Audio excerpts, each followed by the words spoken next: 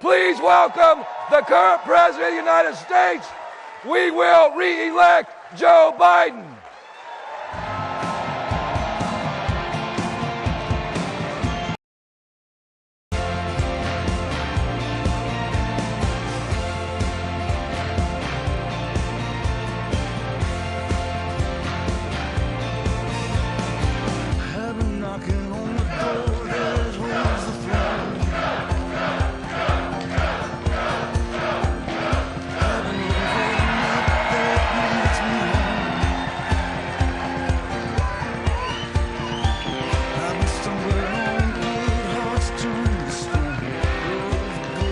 Hello, UAW!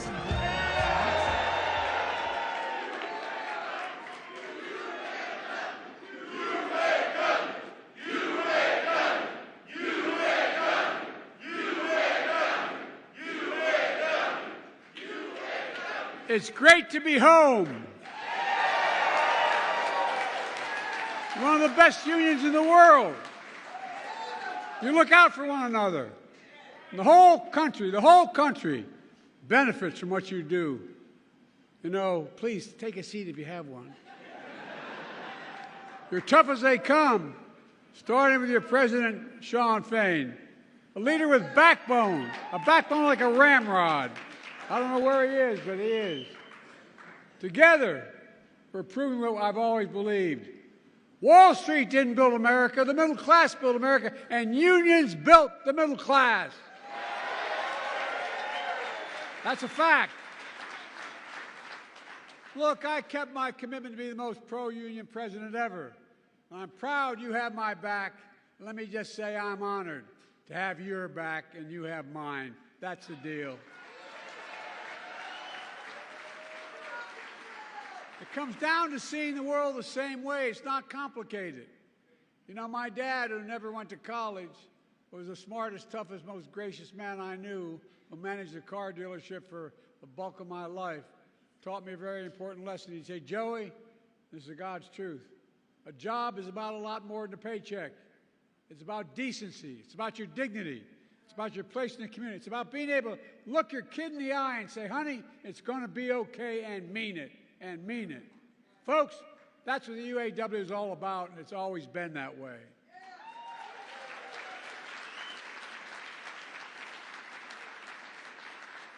Just after the UAW was founded nearly 90 years ago, it launched what historians call the most important strike in the 20th century. Flint, 1936.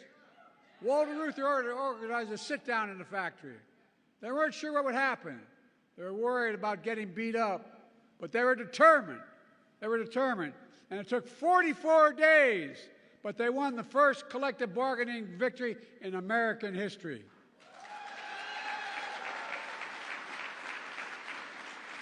And the leadership of the UAW spread across the country. It led to the first substantial wage increase in a long time, the first cost of living allowance, the first employer-provided health care. Within 4 years, workers across the entire auto industry unionized, inspiring workers across other industries as well, giving life to new industries in the labor movement. I share that history with you because all of you made history again. I'm confident, and I mean this, 90 years from now, people are going to look back on the impact you had, you in this room. Just like them 90 years ago, you matter now. You lead. And I respect all of you here today. You represent unions that always led, always lifted, and always inspired workers. The UAW legacy from Walter Reuther to Shawn Fain today. Shawn, you took a lot of heat, but you demonstrated extraordinary leadership. You did.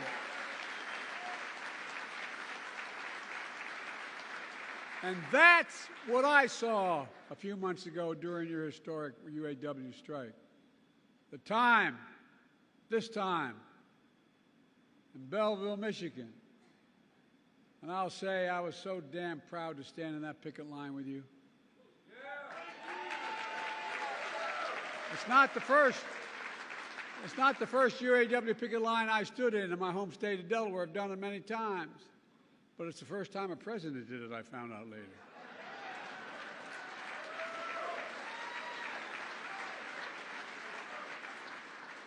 I've always fought for a strong auto industry, with UAW-built cars leading the world. This is about a simple proposition. You built these iconic companies. You built GM. You built these companies. You sacrificed to save them in the worst of times. And you deserve to benefit when these companies thrive. As Shawn said, record profits mean record contracts. I'm serious.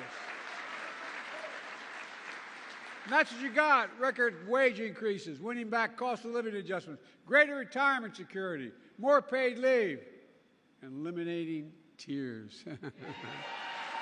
Whoa, whoa, whoa, whoa, whoa. You all know my position. I'm tired. I've tried, I'm tired about jobs going overseas, having products shipped to. Look, during the Trump administration, a lot of administrations before that, what'd they do? So many people around America lost their sense of pride, because whether it was an automobile company or any company at all, that factory that was there for 30 years, hiring, maybe it only had 150 people in it, but it was the heart of the community. Guess what? Corporate America found the cheapest labor in the world, and they sent the jobs to those laborers and sent the product back to us. But not anymore. We're building product here and shipping it overseas. Buy America and build America. I mean it. And what's really important, you made sure the auto future of the world will be made in America. Oh, I mean it. I'm going to digress just a second. Most people don't know that back in the 30s, when Roosevelt was talking about the value of unions, he didn't just say unions are okay. He said any product that, in fact, any money that Congress gives the president to spend to build a product, whether it's an aircraft carrier, an automobile, a tank, or a staircase, no matter what that was, it should be built.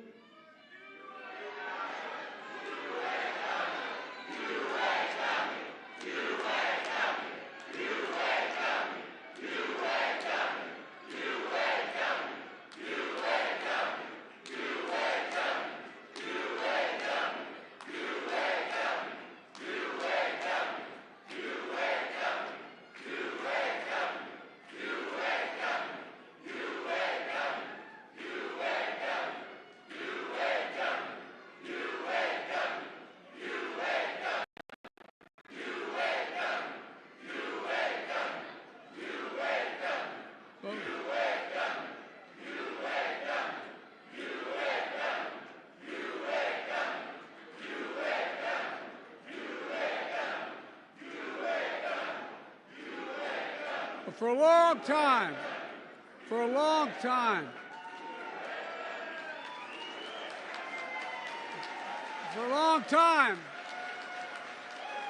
the Congress would make an appropriation and send it to the president to spend, whether it's building an aircraft carrier or a staircase. And guess what? It was supposed to be built by an American worker with American products. Well, guess what? I'm going back to that. We build in America, we buy America.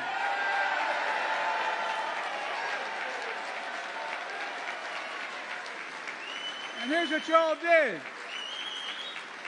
You won commitments from the big three to create thousands of more jobs, to invest tens of billions more dollars, building an auto future made in America. It wasn't just about what you did for the UAW workers. The fact is, you've transformed the entire auto industry. That's not yet unionized, or as we call that, the UAW bump. Because of you, Toyota, Volkswagen, Nissan, Tulsa all gave their workers double-digit raises. Because of you. Workers across the country. have seen the largest wage increases for workers building cars and trucks and any other transportation equipment in nearly 30 years. Thousands of these workers are already asking to join your union. Even before this, the UAW has been expanding its reach to workers in auto plants and from auto plants to casinos. You can tell I don't spend much time there. But guess what most people don't know? But the UAW represents researchers in higher education and workers. And because of this union, I'm pleased and proud that you expanded the UAW to include 5,000 researchers at the National Institute of Health, UAW workers.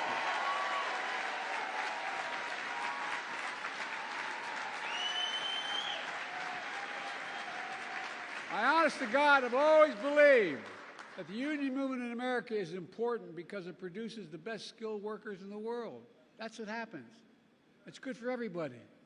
It's good for companies. It increases the quality of the jobs, the quality of the products, and it's good for economic growth.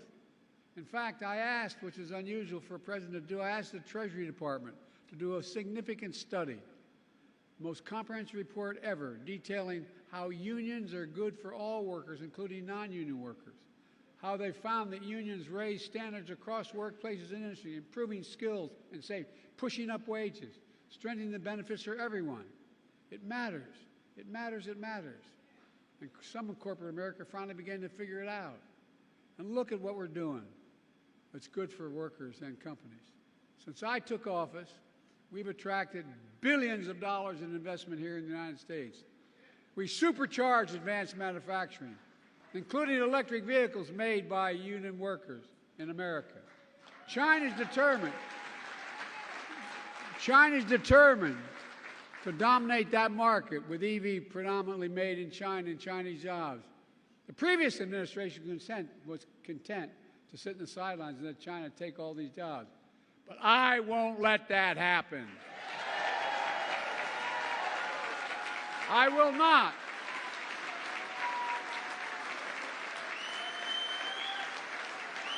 That's why I pushed and drafted the CHIPS and Science Act, investing more than $50 billion in manufacturing semiconductors here at home. Automobiles today require 3,000 chips of these chips to be made. That's why my bipartisan infrastructure law is building a network of 500,000 electric vehicle charging stations all across America, installed by your brothers and sisters of the IABW. That's what's doing it.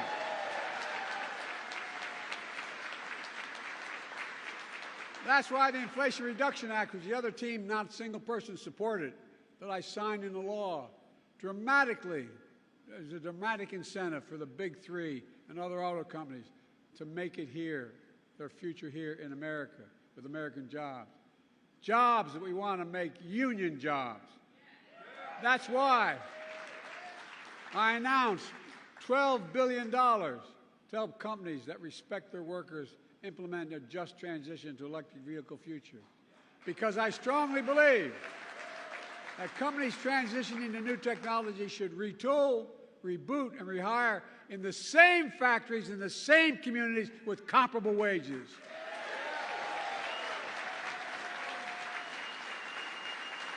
And existing union workers should have the first shot at those jobs.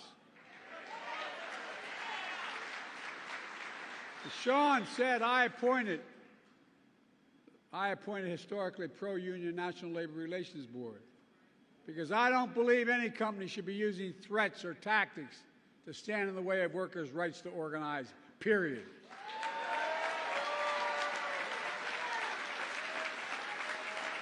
And folks,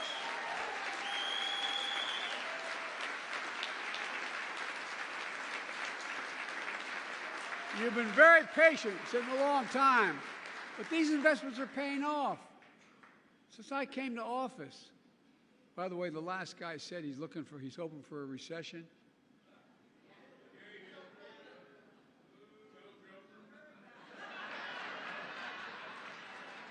Because he does not want to be the next Herbert Hoover.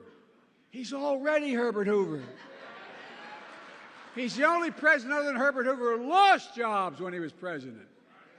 Look, since I came to office, with your help, we've created 14 million new jobs. 14 million. Nearly 800,000 manufacturing jobs nationwide. And that means we're creating American jobs and exporting American products instead of the other way around like we saw for too long. Unemployment has been below 4% for the longest stretch in 50 years, and it's going down. Wages are up. Household wealth is up. We have the lowest inflation and fastest recovery of any major economy in the world. We have the fastest growing economy in the world. I know we have more to do, and we're making real progress. Over the last year, prices are down on everyday items from a gallon of gasoline to a gallon of milk, and folks are beginning to feel it. Last week, we saw one of the biggest jumps in how positive consumers are about feeling about their personal circumstance. But we have more work to do. But our plan is delivering for the American people, building an economy from the middle out and the bottom up, not the top down.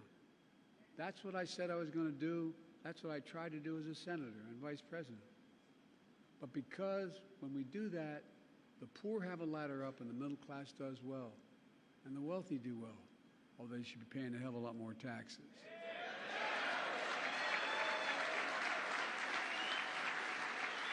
We all do well. It's called Bidenomics. If you notice, all the major economists who are talking about there's going to be a recession next week, next month, all of a sudden, they're seeing the Lord. I'm a little worried. Some of the major economists in American history are now giving me credit. It's like, oh, God, what's going on? But look, all kidding aside, this is a fundamental break from what used to be called trickle-down economics, and some Democrat presidents did as well as Republican. You know, I sat not a lot trickled down on my dad's kitchen table growing up. There wasn't a lot. The idea was that the wealthy do very well, there'll be a lot left over, and it'll trickle down to ordinary folks. Well, guess what? That trickle-down economy was supercharged by my predecessor. It cut taxes for the very wealthy and the biggest corporations. It shipped good-paying jobs overseas because labor was cheaper. It shrank public investment in infrastructure and education, invested less. It hollowed out entire communities, closing factories. I'm not making this up. You know this to be true. Closing factories, attacking unions, leaving too many Americans behind. In fact, when Donald Trump was in office, 6 auto factories closed around the country. Tens of thousands of auto jobs were lost nationwide during Trump's presidency. During my presidency, we've opened 20 auto factories and more to come. We've created more than 250,000 auto jobs all across America.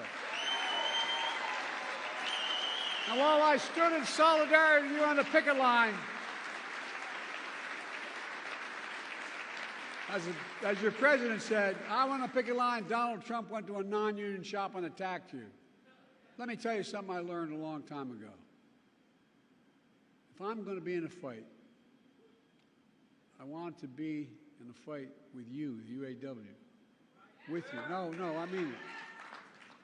We have a big fight in front of us. We're fundamentally changing the economy of this country, and everybody's getting a little worried about it, the very powerful. Some are seeing the light, but changing the economy, taking it from an economy that takes care of those at the top, and changing an economy that gives people who built this country a fair shot. Again, back to my dad. All anyone wants is just a fair shot. Just a fair shot. An even shot to be able to make it. That's what my economic plan is all about. That's what the UAW is all about. That's what your battle has been about. The days of working people being dealt out of the deal are over in this country as long as I'm president. Working people are going to get their fair share. You've earned it. You fought for it. And you deserve it. So today I want to say to all of you, thank you.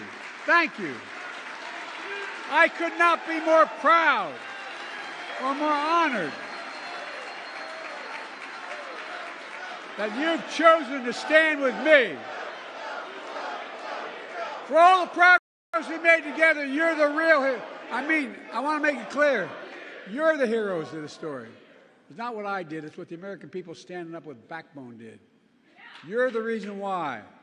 And I mean it sincerely. I'm supposedly an expert on foreign policy. I've known every major world leader for the past 25 years. And guess what? As I tell every world leader, remind them, whether they're an adversary or an ally, it's never, ever, ever been a good bet to bet against the American people. Never, never, never. And that's been true throughout history, and it's still true today.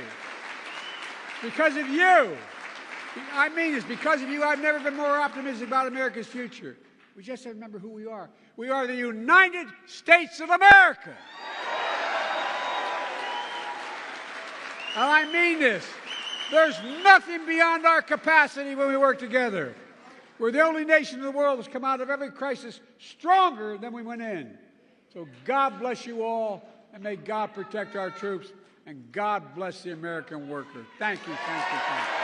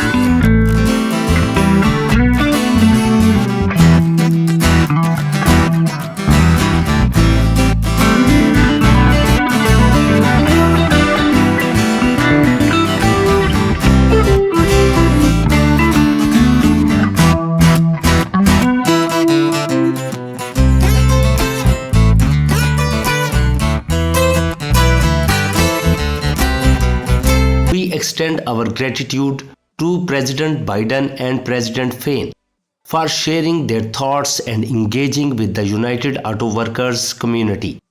The issues discussed here are crucial not only for the members of the UAW but for the nation as a whole. We encourage you to stay informed and involved in political process as we approach the 2024 presidential election. Your participation is vital in shaping the future of our country, especially in industries as significant as automotive manufacturing. Thank you once again for being part of this live stream. Don't forget to like, subscribe, and hit that notification bell to stay updated on future events. Let's continue the conversation and work towards a prosperous and inclusive future for all. Goodbye and take care.